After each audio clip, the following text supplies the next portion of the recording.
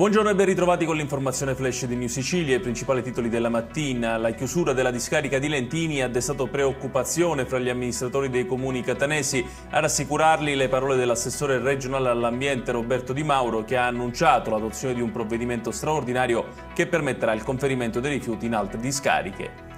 Sono stati recuperati altri 14 corpi delle vittime del naufragio di una barca a vela nel Mediterraneo. Le operazioni sono state effettuate dalle navi Dattilo e Corsi della Guardia Costiera. Il totale dei corpi recuperati è ora di 34.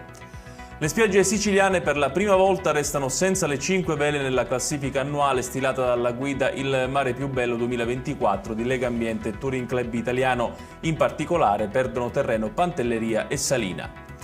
Oggi le isole Eolie faranno da cornice alle nozze fra Adrietta Leotta e Loris Karius. La celebre giornalista catanese e il portiere tedesco si sposeranno a Lipari per poi spostarsi a Vulcano, dove avverrà il trattenimento insieme a tantissimi personaggi del mondo dello spettacolo. E chiudiamo con il calcio a 5. La Meta Catania vince lo scudetto per la prima volta nella sua storia. La formazione rossa-azzurra si è laureata campione d'Italia, battendo nella gara 3 della finalissima il Napoli.